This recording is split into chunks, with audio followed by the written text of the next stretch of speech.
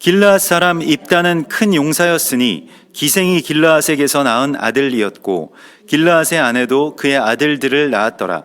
그 아내의 아들들이 자라매 입다를 쫓아내며 그에게 이르되 너는 다른 여인의 자식이니 우리 아버지의 집에서 기업을 잊지 못하리라 한지라.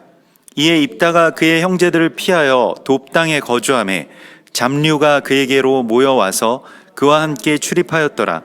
얼마 후에 암몬 자손이 이스라엘을 치려하니라.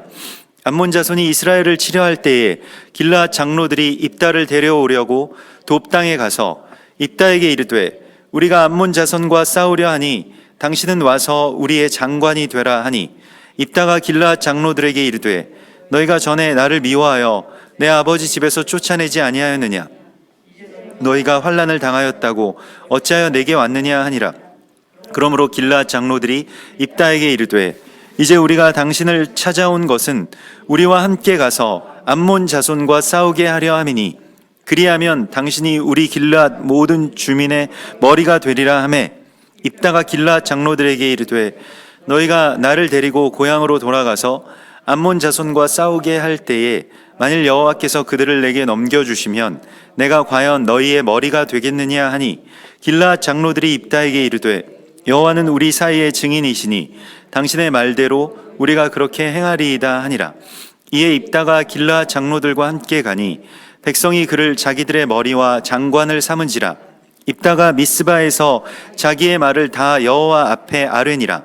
입다가 암몬 자손의 왕에게 사자들을 보내 이르되 내가 나와 무슨 상관이 있기에 내 땅을 치러 내게 왔느냐 하니 암몬 자손의 왕이 입다의 사자들에게 대답하되 이스라엘이 애굽에서 올라올 때에 아르논에서부터 야복과 요단까지 내 땅을 점령했기 때문이니 이제 그것들을 평화롭게 돌려달라 하니라. 입다가 암몬 자손의 왕에게 다시 사자들을 보내 그에게 이르되 입다가 이같이 말하노라. 이스라엘이 모압 땅과 암몬 자손의 땅을 점령하지 아니하였느니라.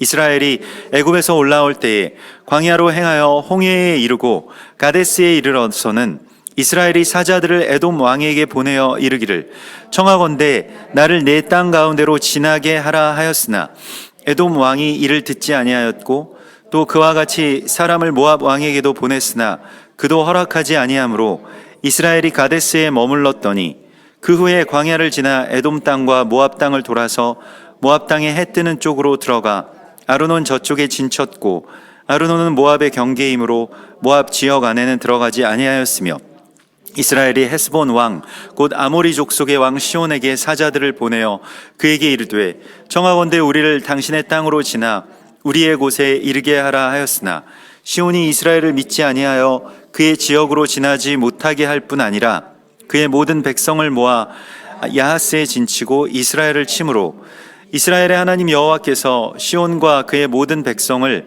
이스라엘의 손에 넘겨주시매 이스라엘이 그들을 쳐서 그 땅 주민 아모리 족속의 온 땅을 점령하되 아르논에서부터 야복까지와 광야에서부터 요단까지 아모리 족속의 온 지역을 점령하였느니라.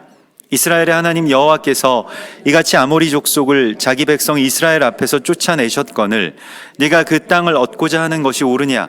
내 신 그모스가 내게 주어 차지하게 한 것을 내가 차지하지 아니하겠느냐? 우리 하나님 여호와께서 우리 앞에서 어떤 사람이든지 쫓아내시면 그것을 우리가 차지하리라. 이제 내가 모압 왕 십볼의 아들 발락보다 더 나은 것이 있느냐? 그가 이스라엘과 더불어 다툰 일이 있었느냐? 싸운 일이 있었느냐? 이스라엘이 헤스본과 그 마을들과 아로엘과 그 마을들과 아르논 강가에 있는 모든 성읍에 거주한 지 300년이거늘 그동안에 너희가 어찌하여 도로 찾지 아니하였느냐? 내가 네게 죄를 짓지 아니하였거늘 내가 나를 쳐서 내게 악을 행하고자 하는도다. 원하건대 심판하시는 여호와께서 오늘 이스라엘 자손과 암몬 자손 사이에 판결하시옵소서 하였으나 암몬 자손의 왕이 입다가 사람을 보내어 말한 것을 듣지 아니하였더라. 이에 여호와의 영이 입다에게 임하시니 입다가 길르앗과 므낫세를 지나서 길르앗의 미스베에 이르고 길르앗의 미스베에서부터 암몬 자손에게로 나아갈 때에 그가 여호와께 서원하여 이르되 주께서 과연 암몬 자손을 내 손에 넘겨주시면 내가 암몬 자손에게서 평안히 돌아올 때에 누구든지 내 집 문에서 나와서 나를 영접하는 그는 여호와께 돌릴 것이니 내가 그를 번제물로 드리겠나이다 하니라. 이에 입다가 암몬 자손에게 이르러 그들과 싸우더니 여호와께서 그들을 그의 손에 넘겨주심에 아로엘에서부터 민닛에 이르기까지 20성읍을 치고 또 아벨 그라밈까지 매우 크게 무찌르니 이에 암몬 자손이 이스라엘 자손 앞에 항복하였더라. 아멘. 이번 주에 토라 포션은 후카트와 발락이라고 하는 그 제목의 토라 포션입니다. 보통 이제 후카트를 이제 율례들이라고 이렇게 번역을 하고, 발락은 우리 사람 이름이죠. 이스라엘을 저주한 그 이 모압 왕의 이 이름입니다. 그래서 이 두 토라 포션의 어떤 연결점을 우리가 이스라엘을 축복하는가 저주하는가 라고 하는 것이 이제 이방의 남은 자들, 특별히 이방의 교회에게 주시는 하나님의 사명이라고 하는 것을, 또 그것이 우리가 그 사이에 선 어떤 아주 위태위태한 존재라고 하는 것을 하나님께서 우리 가운데 보여주시는데요. 그러면 주님께서 우리 가운데에 정해주신 이 후카트라고 하는 그 율례는 그냥 보통의 어떤 그 율법, 그런 규범 같은 것이 아니라 도덕이나 영적인 어떤 규범 같은 것이 아니고 이스라엘을 축복하라고 하시는 영원한 언약에 대한 말씀입니다. 사실 그 성경 전체가 우리 가운데 주시는 사명이, 또 그것은 이스라엘과 또 유대인들에게도 마찬가지일 것입니다만은 한 세 사람을 이루는 것에 대한 이 하나님의 소망으로 성경 전체가 가득 차 있거든요. 근데 우리가 그것을 빼고 이제껏 하나님을 보고 또 하나님을 믿고 또 심지어는 하나님의 어떤 능력을 이용해서 자기의 이익과 자기의 욕망을 채우려고 하는 어떤 그런 그 우상 숭배와 비슷하게 하나님을 믿어왔던 것에 대해서 하나님께서 돌이키라고 말씀하십니다. 이 한 세 사람을 그냥 어떤 한 가지의 사명, 그냥 아주 독특한 사명으로 그 이해하는 경우도 있지만은, 그러나 그것은 그리스도 예수께서 이 땅 가운데 오셔서 죽으신 이유이기도 하고요. 흩어진 이스라엘을 모으시고 또 전에 외인되었었던 그 이방인들을 하나님의 친백성으로 이끄시기 위해서 예수께서 죽으셨죠. 그래서 중간에 막힌 담을 이렇게 허무셨는데, 예수와의 십자가 사건은 그냥 단순한 개인 구원의 이야기만이 아니고 거기서 훨씬 더 나아가는 그 온 세상과 또 이스라엘이 다시 화목하게 되어서, 연합하게 되어서 거룩한 그리스도 예수와의 몸을 이루고 또 그의 나라를 이루어가는 것이 이제 하나님께서 우리 가운데 주신 영원한 율례입니다. 그래서 우리가 성경을 이제껏 보아왔습니다마는 구약도 그렇고 신약도 그렇고 특별히 이 토라의 말씀을 우리가 바라볼 때 이 한 세 사람의 지혜와 그 관점이라고 하는 이 눈으로 볼 수 있게 해달라고 주님 앞에 기도하고, 또한 그것을 자꾸 해서 우리가 훈련하고 또 기대해야 할 것입니다.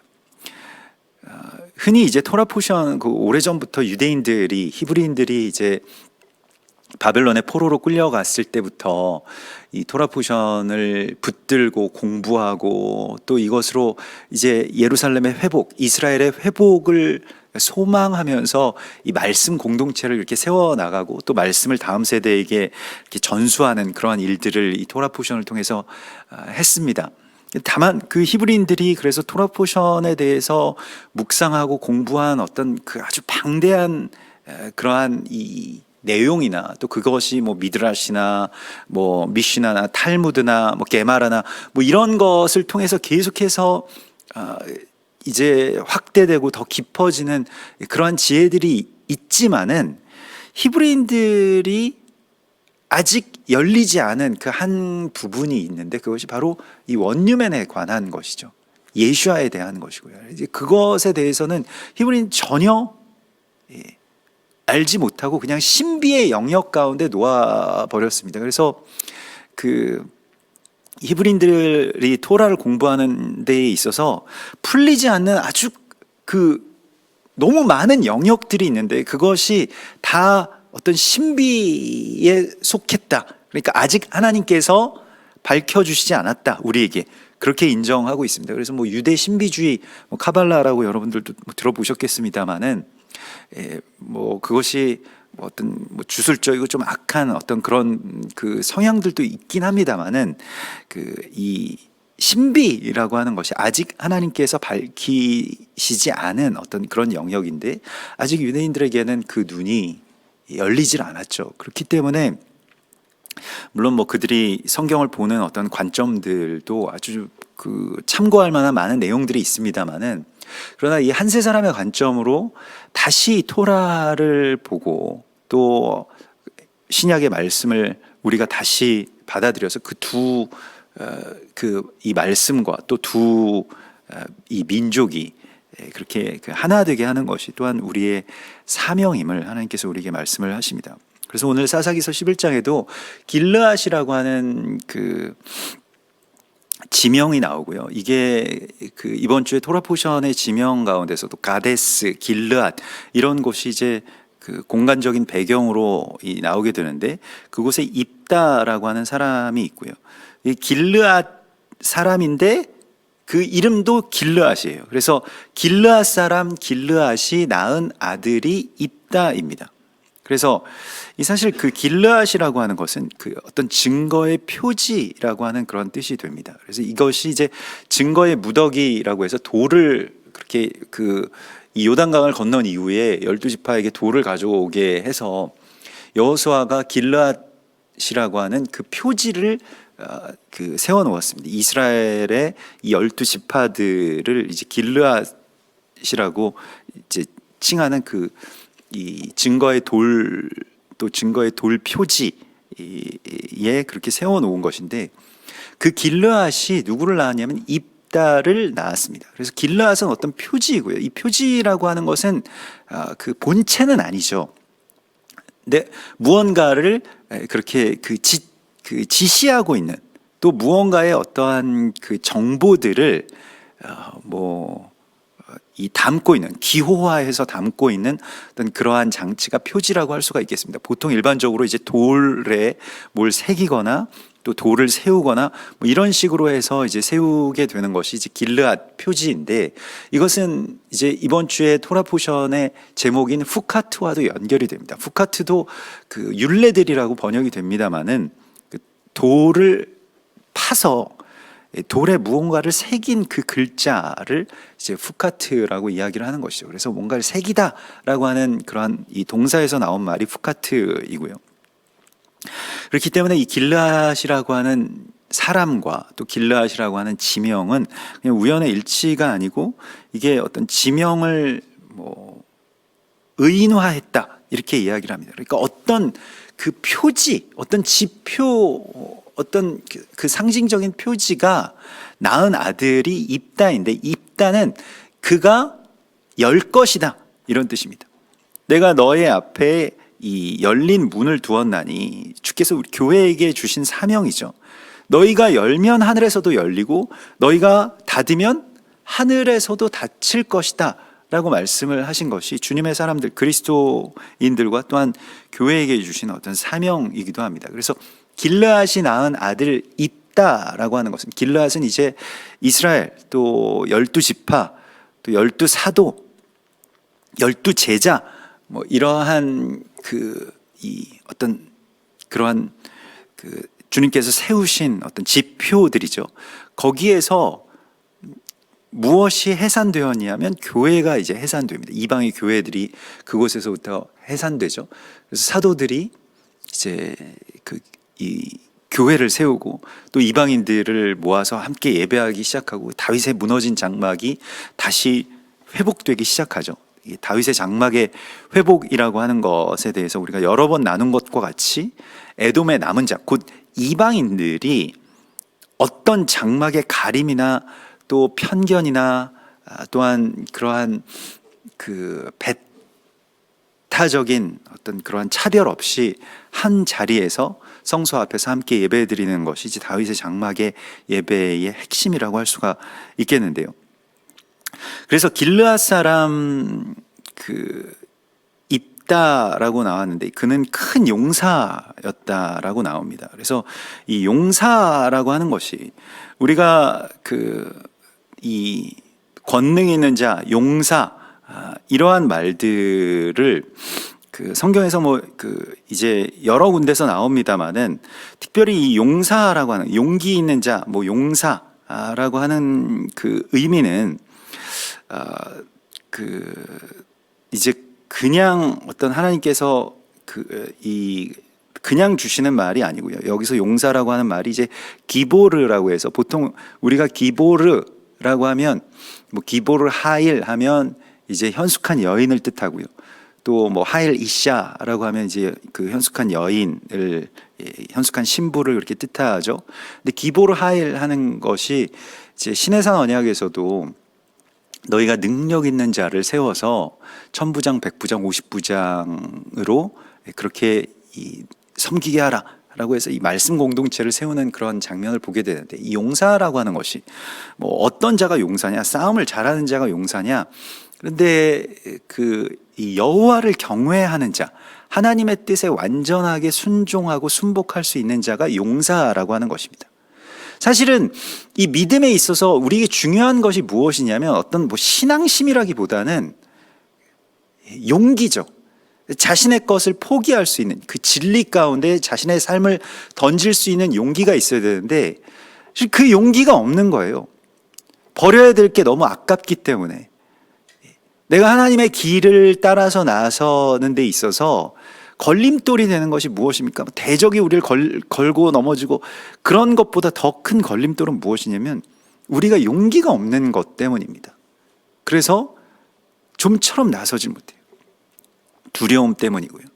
또 무언가가 잘 안 되면 어떡할까, 내 것을 빼앗기면 어떡할까 하는 그런 불안감들 때문에 실제로 하나님의 이 참된 뜻과 그 진리의 삶을 완전하게 드리질 못하죠. 던지질 못하는 것입니다. 그래서 우리가 예수를 믿지만 이 용사의 심장을 달라고 주님 앞에 다시 기도해야 됩니다. 그래서 정말 용기 있는 자가 누구냐, 그 기보르, 이 강력한 자가 누구냐. 여기서 이 기보르 하일이라고, 여기서 큰 용사라고 하는 말이 기보르 하일이라고 하는 것이고, 이것이 이제 언약을 받는 하나님의 사람의 어떤 특징이자 현숙한 여인, 현숙한 신부의 어떤 본질입니다. 그러니까 우리가 신앙이 있냐 없냐 이런 거를 다 떠나서 예수를 믿는가 안 믿는가, 이것의 어떤 그런 그 기준점이 그냥 교회 출석하고 주님의 존재에 대해서 믿고 이게 아니라고 하는 것입니다. 이 용사의 심장을 가졌는가, 주님을 위해서 자신의 것을 완전하게 다 드리고, 이 용사라고 하는 것은 우리가 그 디모데후서에서도 말씀하신 것과 같이 이 병사로 모집된 자는, 병사로 부르심을 받은 자, 용사는 자기의 삶을 위해서 살지 않는 자를 말합니다. 자기 삶이 주가 되고 하나님은 그냥 자기의 삶을 도우시기 위한 어떤 초월적인 존재. 근데 그 중에서도 세상에 많은 여러 다른 여타 신들이 있지만 진짜 신인 것 같은 어떤 그 하나님이 나를 도우시면 더 잘 도울 수 있지 않겠는가? 이것은 신앙이 아니라 그냥 우상숭배와 똑같은 것입니다. 그저 강한 신을 찾았을 뿐이죠. 그러면 참된 용사의 심장은 어디에서부터 나오는가? 라고 하는 것이 이제 우리가 우리의 삶에 이 중점을 두지 않고, 그것이 내 삶의 어떤 중심이나 목적지가 아니고 나에게 있어서의 이 참된 목적지, 참된 표지, 참된 길르앗은 어디이냐면 하나님의 나라의 회복, 거룩한 그리스도 예수와의 몸의 완성, 그리스도 예수와께서 이 땅 가운데 오심, 또 그것을 예비하는 어떤 삶, 그것이 이제 우리에게 있어서의 사명이죠. 또 그것이 우리의 삶에 있어서의 목적이 되어야 되죠. 그래서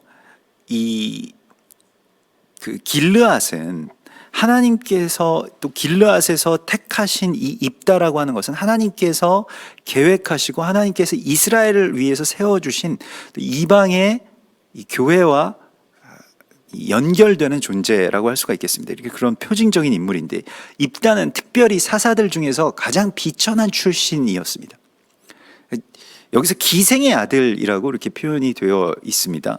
그래서 그 일종의 사생아이고, 그래서 다른 형제들이 인정을 해주지 않아서 쫓겨난 자가 이제 길르앗입니다. 그래서 이게 이제 그 기생이라고 하는 것이, 우리가 지난번에도 이 여호수아서에서도 이 기생 그 라합에 대해서 나누었습니다마는, 그 여인의 어떤 처지 가운데서 가장 수치스러운 그 처지일 것입니다. 그러니까 뭐 본인이 원해서 그렇게 됐다기보다는 주변의 어떤 이 어쩔 수 없는 환경 때문에 가장 수치스러운 그 비천함 가운데로 들어간 자가 바로 이 기생이죠. 근데 그 기생이 낳은 아들이라고 이렇게 되어 있습니다. 그래서 그 이 라합이나 입다나 뭐 다말이나 뭐 이러한 사람들은 다 자신의 비천함을 넘어서 하나님의 언약을 붙든 그러한 교회를 그렇게 상징합니다. 또 교회는 큰 용사를 해산해야 되는 사명이 있습니다. 우리가 그러한 사명이 있어요. 그러기 때문에 이 큰 용사를 해산하는 교회, 또 큰 용사로서의 성도, 큰 용사로서 내가 설 수 있게 해달라고. 그 큰 용사가 다른 말로는 거룩한 그리스도 예수와의 현숙한 신부가 되는 것입니다. 그래서 우리가 그 용사의 심장을 항상 주님 앞에 구해야 되고요. 이 용사로서의 어떤 이 용기를 항상 주께 그렇게 구하여야 할 것입니다.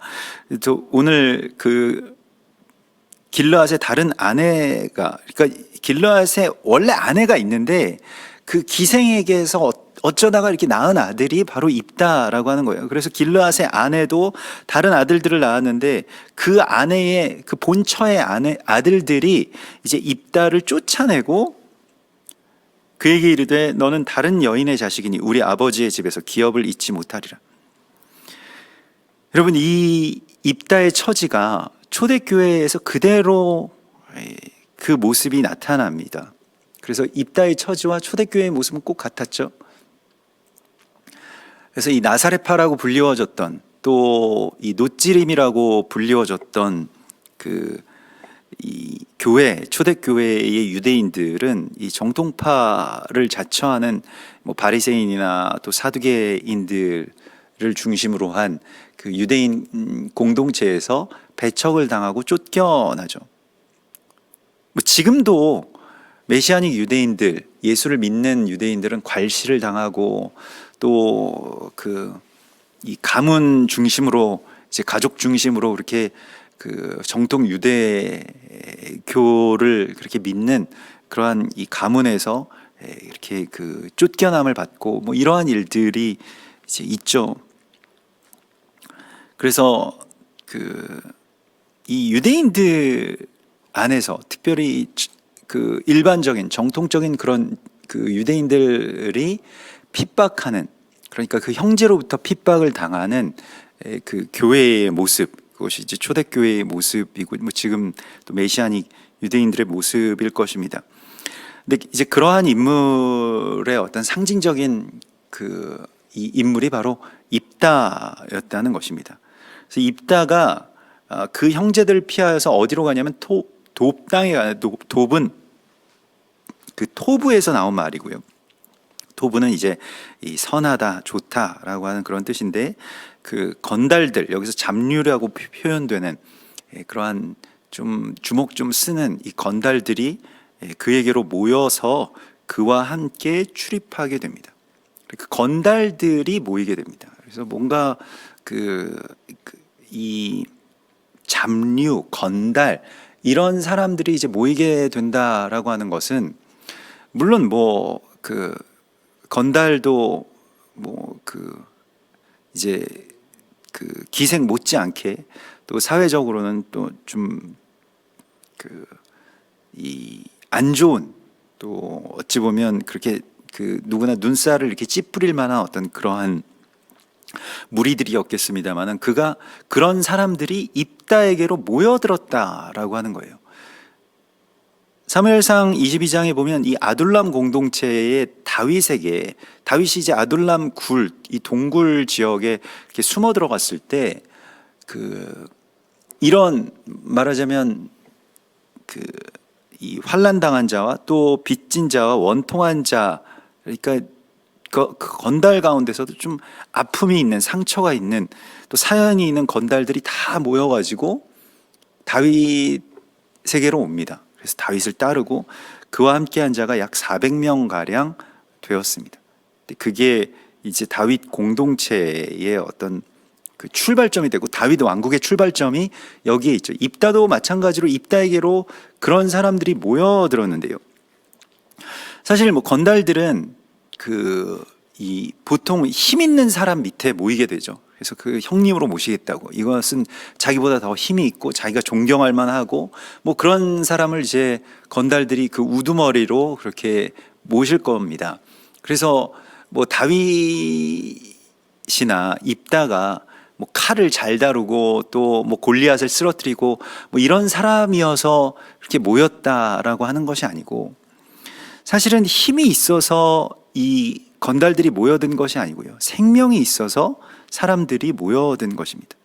그래서 이 환난 당한 자, 또 이러한 이 힘을 쓰는 이러한 건달들이 하나님의 정말 진리와 지혜와 그 생명을 맛보고 또 그것을 알게 되었을 때 그것에 이제 들어올 수 있게 되었다, 그곳에 모일 수 있게 되었다라고 하는 것이 오늘 이 사사기서에서 우리 가운데 말씀하시는 그러한 이 입다의 공동체가 됩니다. 그래서 마태복음 11장에서도 예수님께로 모여든 사람들은 죄인과 세리와 그런 사람들이었죠. 먹기를 탐하고 포도주를 즐기는 사람이요, 세리와 죄인의 친구로다.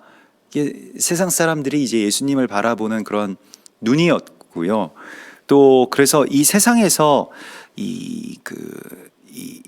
어떤 사람들이 모이느냐라고 할 때에 특별히 이렇게 이 주님의 생명 가운데로 나오는 이 비천한 사람들의 무리, 이게 이제 그 입다의 공동체에서 그대로 드러나게 됩니다. 그래서 뭐 우리가 그 초창기에 어떤 뭐 이 목사님들이나 또 특별히 부흥사들 가운데 뭐 김익두 목사님이나 또 이천성 목사님이나 이런 분들이 다 예전에 어떤 그 건달 두목들 그런 출신이셨죠.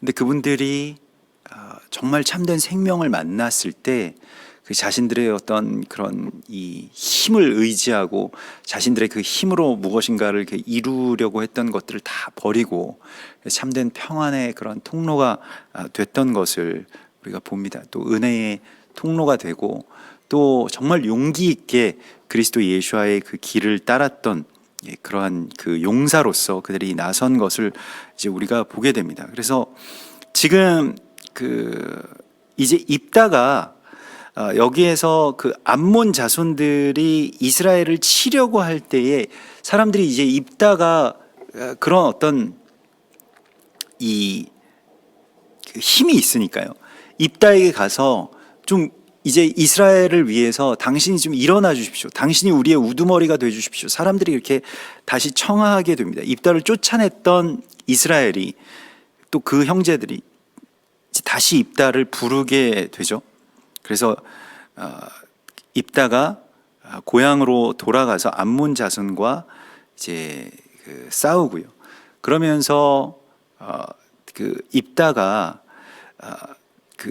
이 암몬 자손들에게 이렇게 말합니다. 이 16절 이하의 말씀들이 이제 이번 주에 토라 포션과 연결되기 때문에 이것이 이제 이번 주에 이 하프토라의 말씀이 되었는데요. 이스라엘 사자들을 에돔 왕에게 보내어 이르기를 청하건대, 이것은 이제 역사적으로 과거에 있었던 일에 대해서 이번 주에 이 민수기 본문 가운데 나오는 말씀이죠. 그래서 이 후카티의 율례 가운데서 우리가 붉은 암송아지의 그 규례를 주시고요. 또 그 다음에는 이제 가데스의 물가에서, 이 무리바 물가에서 모세와 아론이 백성들을 저주한 사건이 나옵니다. 그리고 세 번째가 바로 에돔 왕에게 사신을 보내서 좀 에돔 지역을 우리가 통과해서 그냥 갈 수 있도록 길만 좀 이용하겠다라고 하는 그러한 그 편지를 보내는데, 에돔 왕이 그것을 거절하고 자기 군대를 끌고 나와서 이스라엘을 막아서고 이스라엘의 길을 막고 이스라엘이 정말 고통스러운 땅으로 갈 수밖에 없도록, 정말 그 사람이 다니기가 참 어려운 그런 광야의 길로 그렇게 돌아가도록 만든 그런 장본인이 이제 에돔 왕이죠. 이게 다 반유대주의와 관계가 되어 있고요. 반유대주의의 어떤 그 뿌리는 그냥 유대인들을 싫어하는 것이 그냥 생긴 게 아니라 자기를 사랑하는 데서 유대인들을 싫어하는 마음들이 계속해서 생겨나게 됩니다. 그래서 반유대주의를 우리가 보게 되면 그 반유대주의는 자기 애와 또 이 자기 어떤 이 방어에, 그러니까 자기 걸 움켜쥐고 놓지 않으려고 하는 이 마음에서부터 무엇이 나오느냐? 그게 해산한 것이 반유대주의가 됩니다. 그래서 지금도 우리가 그런 시대에 접어들었죠. 그래서 뭐 자국 우선주의, 이것이 이제 어찌 보면 전 세계적인 어떤 그런 그 기류가 됩니다. 그래서 모든 뭐 강대국들이 다 자국 우선을 그렇게 표방하고 나섰어요. 예전에는 우리가 다 같이 잘 살아야, 또 다 같이 회복되어야 그 전 세계가 다 잘 살 수 있다, 뭐 이러한 그런 그 뭐 세계주의 같은 것들이 그나마 있었습니다만은, 이제는 우리가 당신들 때문에 손해 볼 이유가 없잖아, 뭐 이것이 이제 전 세계의 기류이고요. 이게 심해지면 결국에는 유대인들에게 빼앗긴 것에 대해서 내가 그걸 다시 되찾겠다라고 하는 그러한 적그리스도적인 지도자가 꼭 나오게 되어 있습니다. 그래서 반유대주의가 있고요. 지금 뭐 미국이 아직까지 뭐 자국 우선주의에 그치고 있고, 뭐 멕시코 쪽, 그쪽 남미 쪽 그 뭐 이민자들이나 그들을 배척하는 것으로부터 시작이 됩니다만은, 유대인들에게 있어서 아직 그 미국인들에게 있어서 아직 다 서로 말하지 않고 있는 한 가지가 무엇이냐면, 미국을 지배하고 있는 것은 유대인들이잖아요. 유대인 파워, 유대인의 권력, 유대인의 금권, 유대인들의 어떤 정치적인 어떤 그러한 그 파워, 이런 것들 때문에 아무 말도 하지 못하는데, 사실 속으로는 굉장히 부당하다고 생각하는 사람들이 많이 있죠. 그것도 뭐 지금 뭐 트럼프를 지지하는 뭐 백인, 또 기독교, 뭐 남부 그러한 그 쪽에 그러한 그 이 보수적인 사람들이 속으로는 이제 그런 생각을 갖고 있다는 것입니다. 그래서 그 이제 이게 언제 이제 터질지는 모르죠. 이게 점점 그 안에서 막 쌓이고 있는데, 터지게 되면 이제 항상 뭐 바벨론에서부터 또 로마, 영국, 스페인, 뭐 유럽 전역들에서 일어났던 그 일들이 미국에서 일어나는 순간부터 이제 마지막 그 때에 그런 이야기들이 이제 일어나게 될 것입니다. 거의 지금 뭐 그런 일들이 가끔씩 불쑥불쑥 터져 나오는 것을 우리가 보게 됩니다. 언제 그렇게 될지는 우리가 알 수 없겠습니다만은, 아무튼 그래서 이 이스라엘을 미워하는 마음이라고 하는 것은 그냥 어떤 그 이유 없이 미워하는 것이 아니고, 자기 것을 얘네들이 빼앗아 갔다라고 하는 것 때문에, 또 빼앗아 가지도 않았는데 빼앗아 갈까봐, 그래서 뭐 여러 어떤 반유대주의들의 그 음모론 가운데 뭐 프리메이슨이나 뭐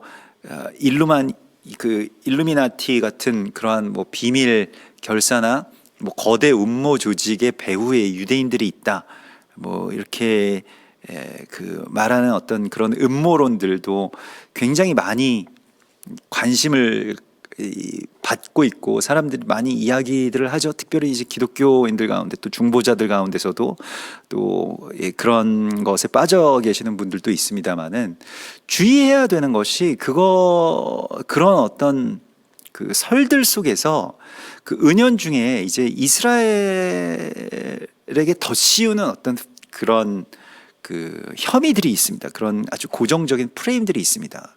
그들이 뒤에서 세계를 조정하고 있고 또 세계의 돈을 다 갈취하고 그것으로 말미암아서 세계를 지배하려고 한다라고 하는 그런 불안감들이죠.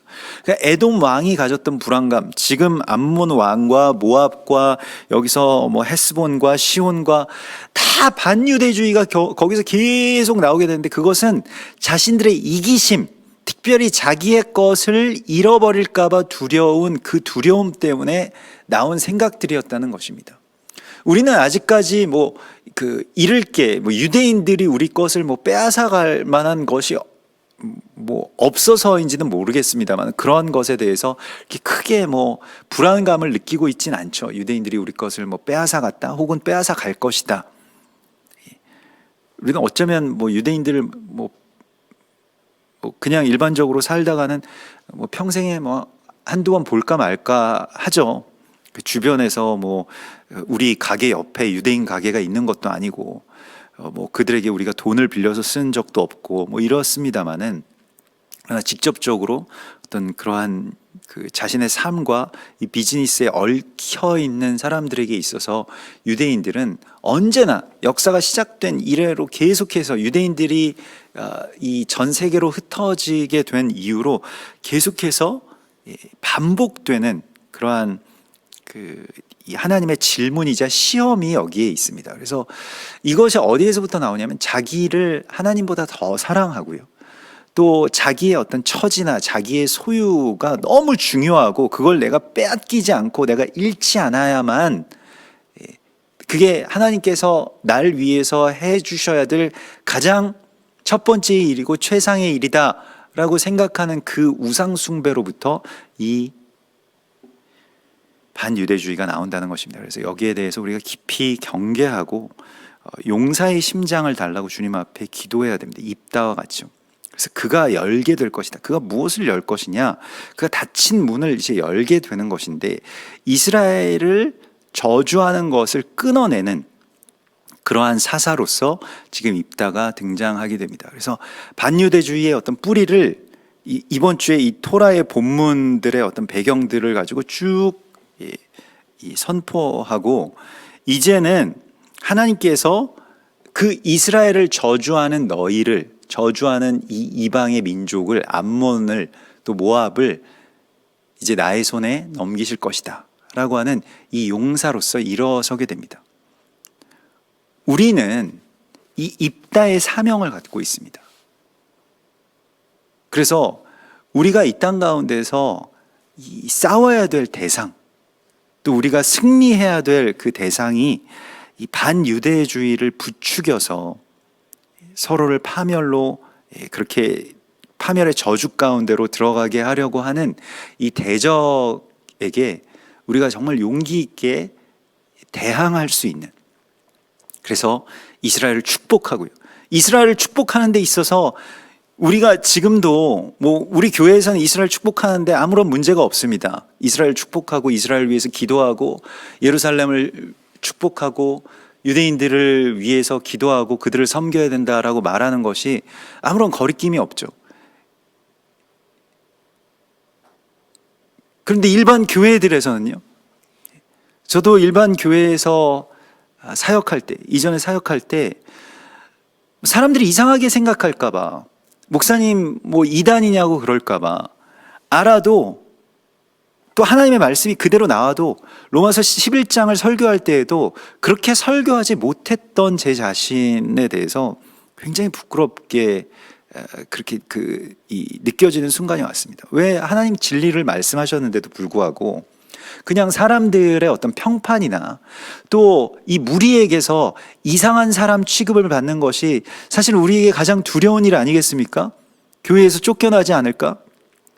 사람들이 이단이라고 하지 않을까? 이상한 사람 취급받는 것이 사실 우리에게 참 두려움이에요.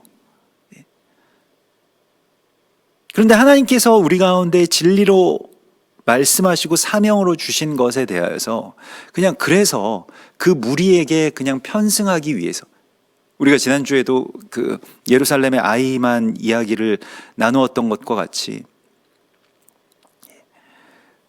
그냥 전체 독일 사람들이 유대인들 다 미워한 건 아니었는데 그런데 자기들 어떤 무리, 자기들의 흐름 가운데서 그냥 반유대주의의 흐름에 자기들이 거기에 동조하거나 거기 가서 막 구호를 외치고 유대인들 집에 막 불을 지르고 돌을 던지고 하지 않으면 그 무리에서 떨어져 나갈까 봐 그냥 그 무리에 속하고 싶었을 뿐이라고 하는 거예요.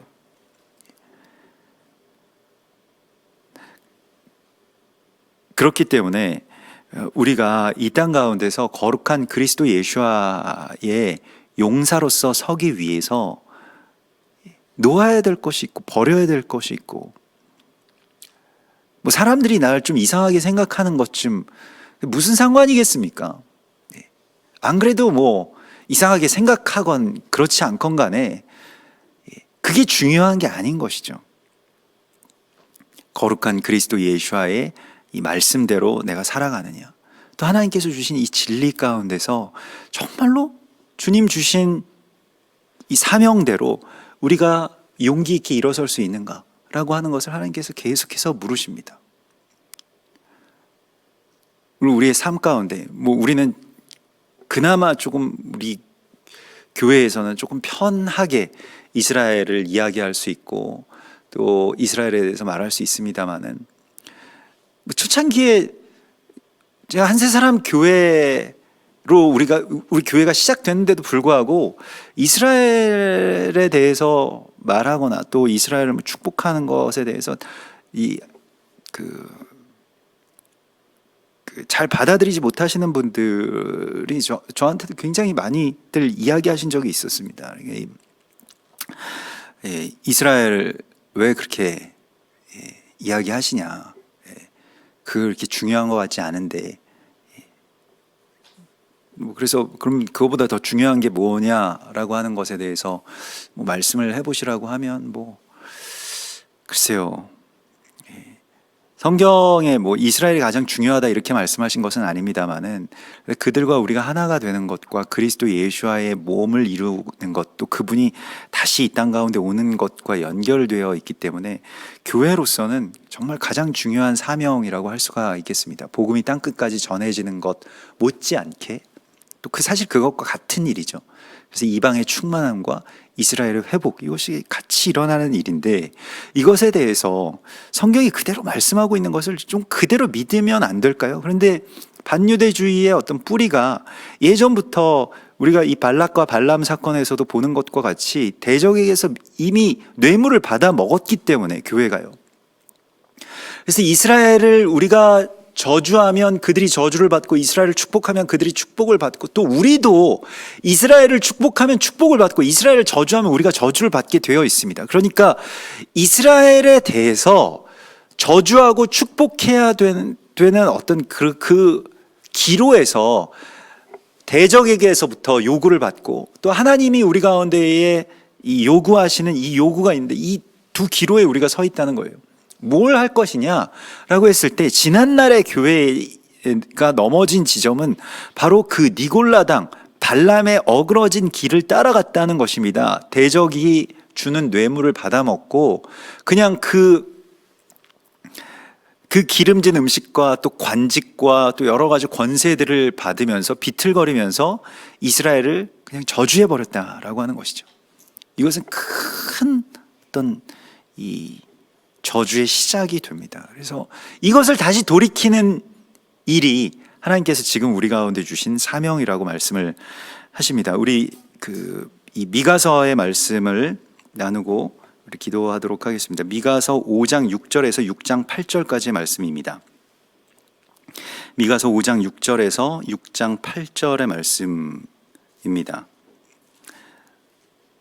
우리가 지지난주 주일에 미가서의 말씀을 그렇게 본문으로 나누었었는데요. 바로 이 다음 장의 말씀이죠. 미가서 7장의 말씀을 나눴었는데, 오늘은 미가서 5장 8절에서 6장 7절까지의 말씀, 6장 8절, 5장 6절에서 6장 8절까지의 말씀입니다. 5장 6절에서 6장 8절까지의 말씀, 우리 같이 한 목소리로 봉독하시겠습니다. 그들이 칼로 아수르 땅을 황폐하게 하며 니므롯 땅 어귀를 황폐하게 하리라. 아수르 사람이 우리 땅에 들어와서 우리 지경을 밟을 때에는 그가 우리를 그에게서 건져내리라. 야곱의 남은 자는 많은 백성 가운데에 있으리니 그들은 여호와께로부터 내리는 이슬 같고 풀 위에 내리는 단비 같아서 사람을 기다리지 아니하며 인생을 기다리지 아니할 것이며 야곱의 남은 자는 여러 나라 가운데와 많은 백성 가운데에 있으리니 그들은 수풀의 짐승들 중에 사자 같고 양떼 중에 젊은 사자 같아서 만일 그가 지나간즉 밟고 찢으리니 능히 구원할 자가 없을 것이라. 내 손이 내 대적들 위에 들려서 내 모든 원수를 진멸하기를 바라노라. 여호와께서 이르시되 그날에 이르러는 내가 내 군마를 내 가운데에서 멸절하며 내 병거를 부수며 내 땅의 성읍들을 멸하며 내 모든 견고한 성을 무너뜨릴 것이며 내가 또 복수를 내 손에서 끊으리니 내게 다시는 점쟁이가 없게 될 것이며 내가 내게 새긴 우상과 주상을 너희 가운데서 멸절하리니 내가 내 손으로 만든 것을 다시는 섬기지 아니하리라. 내가 또 내 아세라 목상을 너희 가운데에서 빼버리고 내 성읍들을 멸할 것이며 내가 또 진노와 분노로 순종하지 아니한 나라에 갚으리라 하셨느니라. 너희는 여호와의 말씀을 들을지어다. 너는 일어나서 산을 향하여 변론하여 작은 산들이 내 목소리를 듣게 하라 하셨나니 너희 산들과 땅의 견고한 지대들아 너희는 여호와의 변론을 들으라. 여호와께서 자기 백성과 변론하시며 이스라엘과 변론하실 것이라. 이르시기를 내 백성아 내가 무엇을 네게 행하였으며 무슨 일로 너를 괴롭게 하느냐. 너는 내게 증언하라. 내가 너를 애굽 땅에서 인도하여 내어 종노릇하는 집에서 속량하였고 모세와 아론과 미리암을 내 앞에 보냈느니라.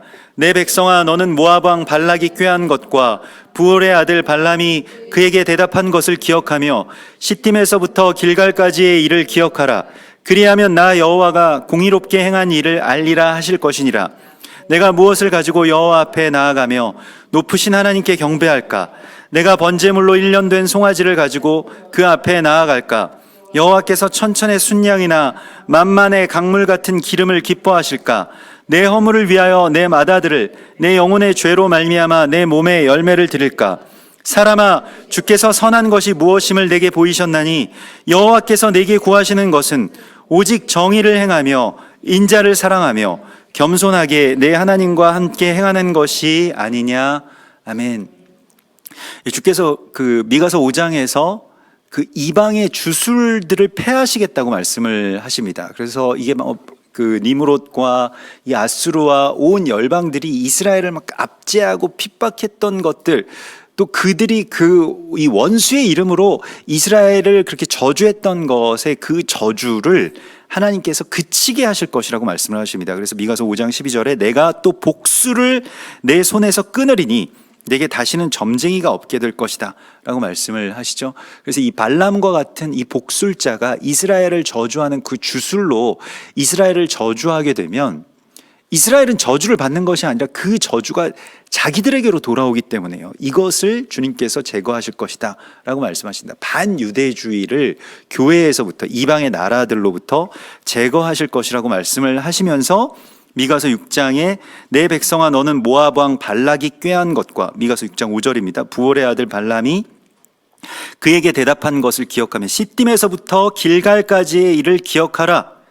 이게 무엇입니까? 다 이스라엘을 저주하라고 하는 이 대적의 요구에 대하여서 하나님의 성령이 발람을 통해서 말씀하신 것이 있습니다.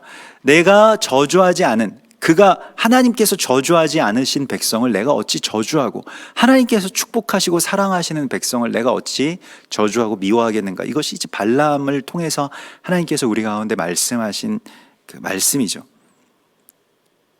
그래서 이 시딤에서부터 길갈까지 일을 기억하라고 말씀을 하시면서 그리하면 나 여호와가 공의롭게 행한 일을 알리라 하실 것이라. 근데 보통 우리가 여기까지 말씀을 잘 읽지 않고 미가서 6장 6절부터 8절까지가 요절이죠. 내가 무엇을 가지고 여호와 앞에 나아가며 높으신 하나님께 경배할까? 내가 번제물로 1년 된 송아지를 가지고 그 앞에 나아갈까? 참 아름답고 또 귀한 어떤 미가서의 시편이라고 할 수가 있겠습니다마는, 그러나 이 고백이 정말 귀한 예배자의 고백이고 사실은 교회의 고백이죠. 하나님 무엇을 기뻐하십니까? 내가 무엇을 가지고 하나님께 나아가야지 하나님이 기뻐하십니까? 내가 천천의 순양이나 만만의 강물 같은 기름을 드리면 하나님 기뻐하시겠습니까? 내 허물을 위하여 내 맏아들을 내 영혼의 죄로 말미암아 내 몸의 열매를 드리면 하나님이 만족하시겠습니까? 근데 주님께서 말씀하신 것은 사람아 주께서 선한 것이 무엇임을 내게 보이셨나니 여호와께서 내게 구하시는 것은 오직 정의를 행하며 인자를 사랑하며 겸손하게 내 하나님과 함께 행하는 것이 아니냐. 이거 무슨 말씀입니까? 우리가 이것에 대해서 이 정의를 행하고 인자를 사랑하고 겸손하게 하나님과 함께 행하는 것이, 그러면 오늘 우리가 이 미가서 5장 6절에서부터 지금 6장 8절까지의 이 하프토라의 말씀의 맥락으로 보면 무엇입니까? 하나님이 기뻐하시는 것이 우리가 헌금 많이 드리고 우리가 성공해가지고 하나님께 영광 돌리고 교회가 막 사람들로 가득 차가지고 뭐 재정적으로 뭐 아니면 사람들로 인력으로 그냥 주의 일을 많이 하고 거기에 그쳐서는 안 된다는 것입니다. 주께서 우리에게 하나님이 기뻐하시는 것을 보여주셨는데 그것은 이스라엘을 축복하고요. 이 공의를 행한다라고 하는 것은 여기서 지금 그 하나님의 공의를 알게 될 것이다 이렇게 말씀하신 그 공의는 무엇입니까? 하나님께서 이스라엘에 대해서 행하신 그 공의를 말하는 것입니다. 그냥 사회정의 뭐 이런 거 아닙니다. 뭐 부자들의 것을 빼앗아다가 가난한 자들에게 나눠주면 그게 공의로운 일이다. 이게 아닌 것입니다. 오늘 여호와가 공의롭게 행한 일을 너희가 알게 될 것이다. 그 무엇입니까? 이스라엘을 축복하는 거예요. 그래서 오직 하나님이 우리에게 구하시는 것이 무엇이냐, 하나님이 기뻐하시는 일이 무엇이냐, 이걸 우리가 알아야 되는데 좀 자기에게서 빠져나오라는 것입니다. 그래서 하나님께서 이스라엘이라고 하는 이 나라를 이방의 이 축복자로서, 축복의 통로로서 우리가 축복하고 그들을 섬기고 당신들이 우리의 은인이고 우리의 제사장이고 우리의 레위인입니다. 당신들 없이는 우리가 설 수 없습니다 라고 하는 것을 우리가 고백하면 그게 공의라는 거예요. 그게 하나님의 정의라고 하는 것입니다. 다 사람들마다 생각하는 정의가 다 달라요. 좌파에서는 좌파의 정의가 있고 우파에서는 우파의 정의가 있고 중도파에서는 또 중도파의 정의가 있습니다. 학생들에게는 학생들의 정의가 있고 다 다르죠. 그런데 참된 정의라고 하는 것이 무엇이냐라고 할 때 하나님께서 축복하라고 하신 이스라엘을 축복하는 것입니다. 그래서 인자를 사랑하며, 인자는 물론 예수아를 인자라고 이렇게 그 표현합니다만은 미가서에서 이 인자라고 하는 것은 그 사람의 아들들, 이스라엘의 야곱의 아들들을 사랑하는 것을 말합니다. 그래서 인자를 사랑하며 겸손하게 내 하나님과 함께 행하는 것이 아니냐. 이스라엘에 대해서 에돔이 축복을 하지 못하고 저주를 했던 이유 가운데 또 하나의 이유는 교만 때문이었습니다. 뭐 이스라엘이 우리보다 위냐, 아니 뭐 위아래를 지금 하나님께서 따지라고 하신 것이 아닌데도 불구하고 이스라엘이 우리 머리 위에 있다라고 하는 것이 아주 몹시 불쾌하게 느껴져서 그게 최소한 평등하거나 아니면 이스라엘은 우리 밑이다, 이렇게 그 위아래를 결정하려고 하는 것이 이제 이 서열을 결정하는 짐승이 되는 그러한 이 에돔의 교만이었죠. 그래서 에돔은 그 교만으로 말미암아서 멸망하게 된다라고 이 오바댜서가 말씀하시고 있는데요. 자기를 높이 올리고 이스라엘보다 높이 올리, 그렇게 하지 말고 겸손하게 낮아지라고 말씀하십니다. 하나님과 함께 행하라. 겸손하게 그냥 우리가 낮아지기로 하면 되잖아요. 그래서 하나님이 우리에게 구하시는 것, 하나님이 우리에게 기뻐하시는 것이 무엇인가? 오늘 하나님께서 우리 가운데 이 미가서 6장 8절을 다시 보게 하십니다. 사람아, 주께서 선한 것이 무엇임을 내게 보이셨나니, 이스라엘을 좀 선하게 보라는 거예요. 선한 눈으로 이스라엘을 바라보라는 것입니다. 눈에 도끼를 품고 막 판단하려고 하고 저주하려고 하는 눈으로, 이 발람의 눈으로 이스라엘을 보지 말고 거룩한 그리스도 예수와의 눈으로 이스라엘을 바라보라고 말씀을 하십니다. 그래서 주께서 우리 가운데 구하시는 것, 우리가 하나님 사랑하면 하나님이 기뻐하시는 일을 해야 되겠죠. 내가 기뻐하는 일을 하나님이 해주시는 것이 예수 믿는 일이 아닙니다. 우리가 정말로 이스라엘을 축복하는 것, 또 이스라엘을 사랑하는 것, 이스라엘 섬기는 것을 위해서 뭘 하고 있는지에 대해서 다시 한번 질문해 봅시다. 그러니까 하나님이 이거 기뻐하시는 일이라고 했을 때 여러분은 뭘 하고 계십니까? 자기 삶보다 더 우선인가요?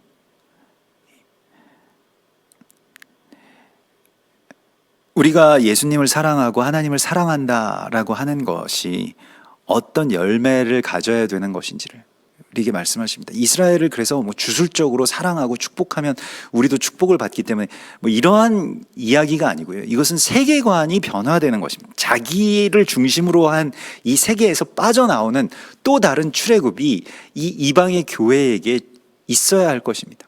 이것을 하나님께서 우리 가운데 요구하고 계시고, 물론 뭐 우리는 어떻게 너무 감사하게도 정말 먼저 하나님께서 우리를 건져주시고 빼내 오셨습니다마는, 그러나 지금도 대부분의 교회와